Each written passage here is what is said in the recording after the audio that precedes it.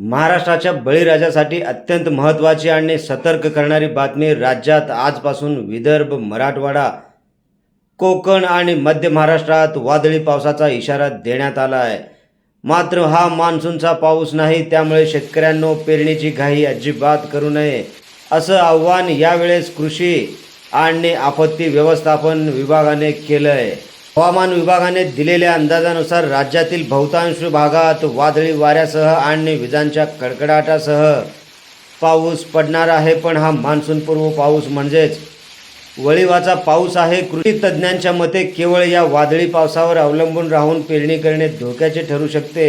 जर आता घाईघाईत पेरणी केली तर नंतर पावसाने ओढ दिली तर दुबार पेरणी संकट शेतकऱ्यांवर ओढावू शकते. त्यामुळे मोठे आर्थिक नुकसान होण्याचा धोका निर्माण होतो. नमस्कार, मी बंदगी NGTV मराठी न्यूज चॅनलमध्ये तुम्हा सगळ्यांचं सहर्ष स्वागत करतोय.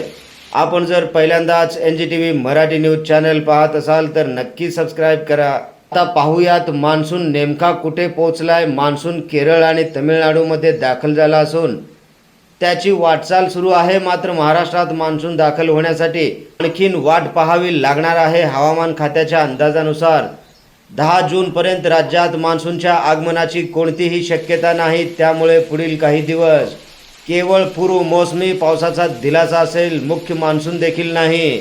आपत्ती व्यवस्थापन आणि कृषी विभागाने शेतकऱ्यांसाठी काही महत्त्वाच्या मार्गदर्शक सूचना जारी केल्या आहेत. तोपर्यंत किमान 75 ते 100 मिलीमीटर पाऊस होत नाही आणि जमिनीत पुरेशी ओल निर्माण होत नाही तोपर्यंत पेरणी करू नका.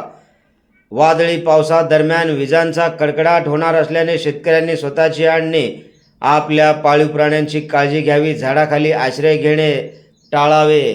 थोडक्यात सांगायचं तर निसर्गाची साथ मिळेपर्यंत थोडा संयम ठेवा. हवामान विभागाचा अंदाज घेऊनच शेतीची कामे पुढे न्या. शेती आणि हवामानाशी संबंधित प्रत्येक अपडेट आम्ही तुमच्यापर्यंत पोहोचवत राहू. पाहत रहा महाराष्ट्राचा बुलंद आवाज NGTV मराठी न्यूज.